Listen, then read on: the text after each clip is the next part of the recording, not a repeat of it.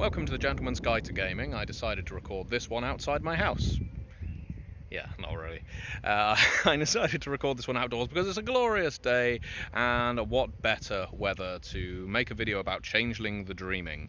Now, despite that, I'm about to talk about the darker elements of Changeling the Dreaming, so be warned, this game will involve content regarding horror, and I know that's why you're here. And in fact, that's why I'm making this video, about horror, about Changeling and horror. Now, before I go further, part of the reason that I'm making this video is because recently we at Onyx Path released the Changeling the Dreaming 20th Anniversary Edition Player's Guide. That's a mouthful, and it's available on Drive-Thru-RPG if you follow the link below. This book has been very well received so far. I'm due to put errata into it in the next couple of weeks, or one of the developers will be, and essentially, it's the grab bag, the toolbox for Changeling that you've probably always wanted if you're a Changeling fan, and if you're not, this might be the book that gets you into it. Has a flurry of powers and tricks you can use. It's got all kinds of information about different playable kiths you can play, and also it's got a fantastically well-researched travelogue that covers Changelings and how they operate in various different parts of the world, from South America and Asia to Africa and beyond. So Changeling the Dreaming, the Player's Guide, definitely worth checking out. But that isn't my primary reason for being here. The other week I made a video in which I stated that I would talk a little about horror in Changeling the Dreaming. And horror and Changeling the Dreaming aren't subjects that go together naturally for all players and storytellers. Sometimes Mage the Ascension and Changeling the Dreaming are seen as the urban fantasy games of the world of darkness, and so they stand out a little for some storytellers and players. They don't know how to work them within their chronicles, and I can say I can sympathise with that. I certainly had the same issue. It took me a very long time to get into Changeling because I just didn't see it as fitting into the world of darkness. And part of that is because it's got some of the same issues as Wraith, where you have an entire court system, an entire world, effectively, that is removed from the human world, the mortal world. So that means you're not necessarily interacting with mortals as much as you do in Vampire, Werewolf, and Mage. It also has the issue of fairy tales. Not everyone sees fairy tales as innately horrific. Now, Changeling the Lost for Chronicles of Darkness did a hell of a lot of good work making a Changeling game horrific and traumatic, but that doesn't mean Changeling the Dreaming is immune to that. You can still do the exact same thing with Changeling the Dreaming, or better, I would say.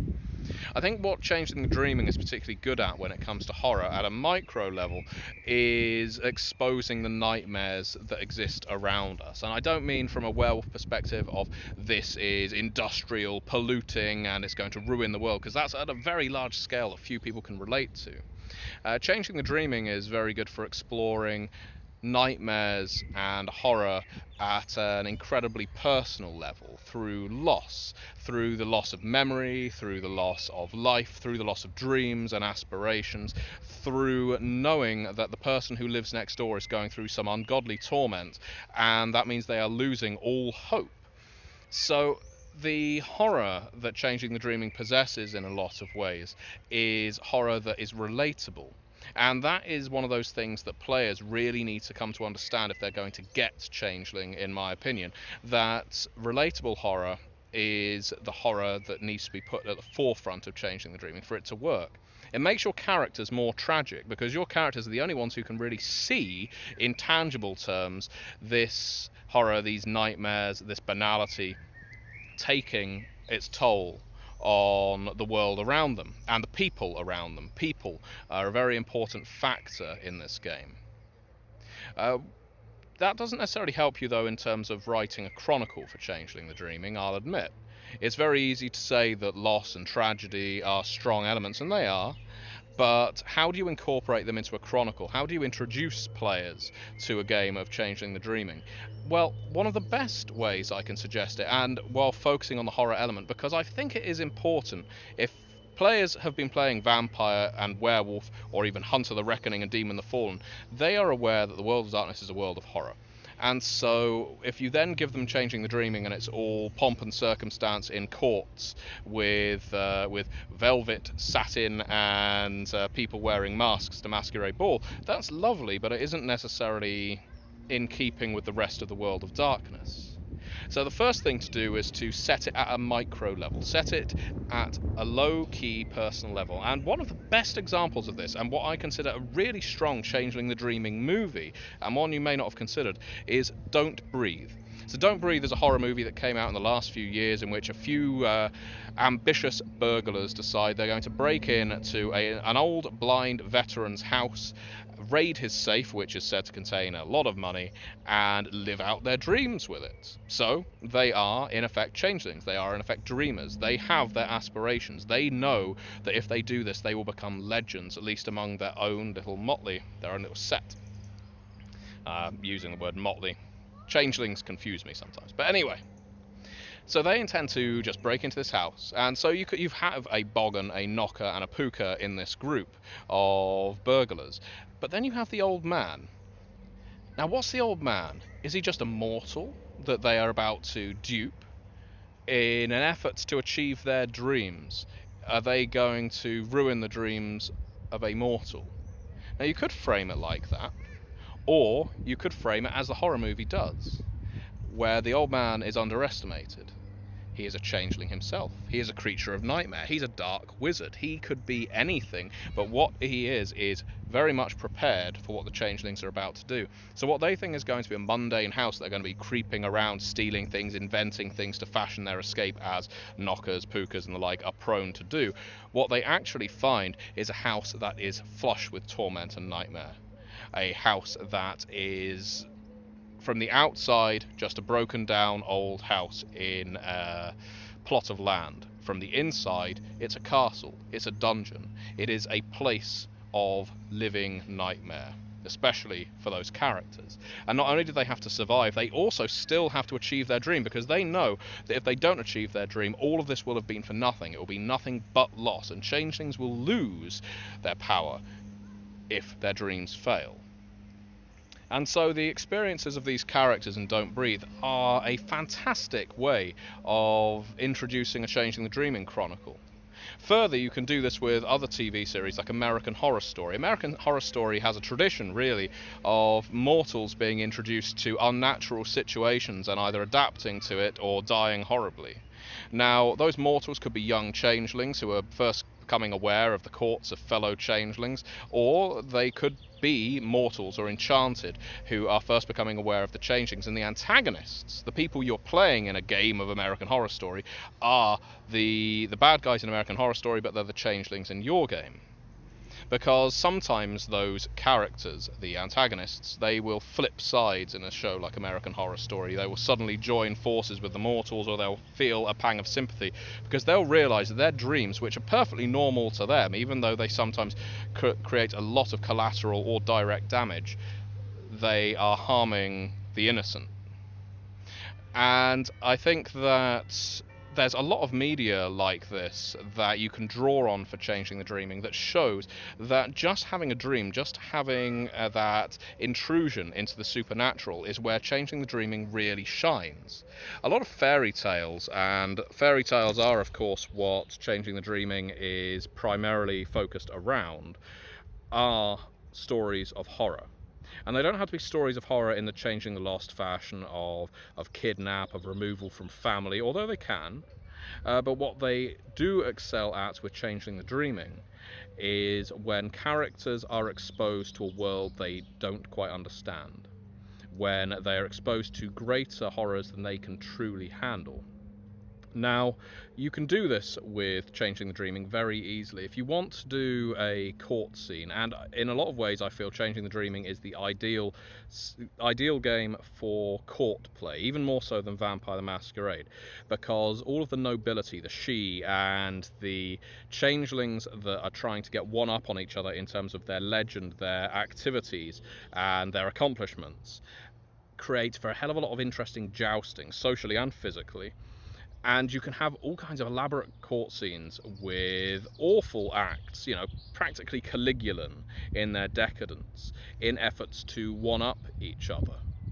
The point at which the curtain falls away and your characters realise that their allies are almost as bad as the enemies they have been fighting, because of the kinds of things they're prepared to do just to further their dream, just to keep them vibrant and alive, is a source of horror.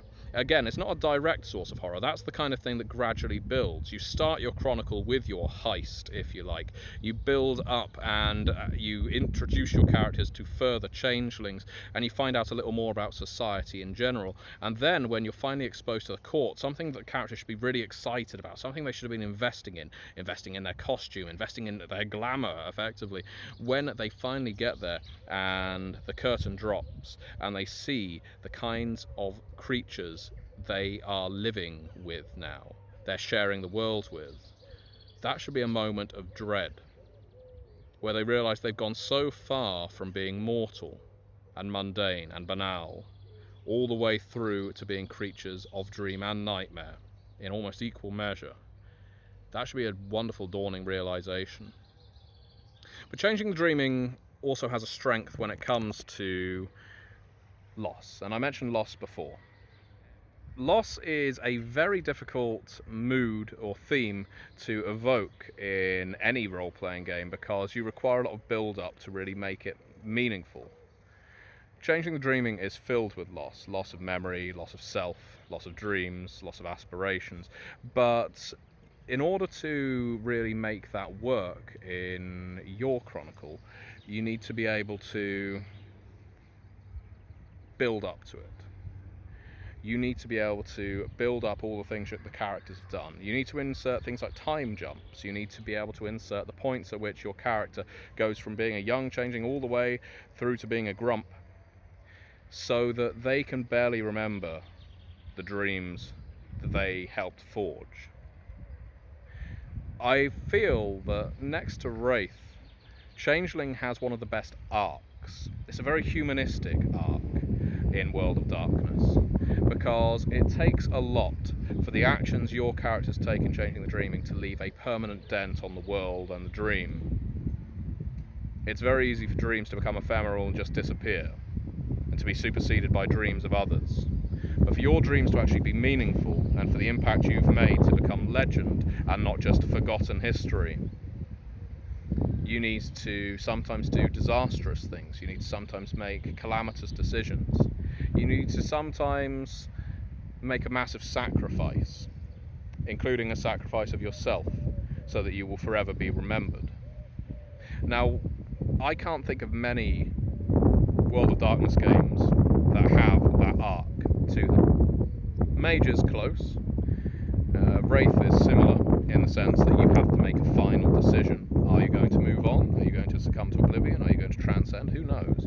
But Changing the Dreaming, you can essentially feel yourself slipping away, and everyone around you too, as people stop remembering what you are known for, stop remembering what you are capable of. And there's little more horrific from our mortal perspectives than that, the idea of being forgotten and for forgetting.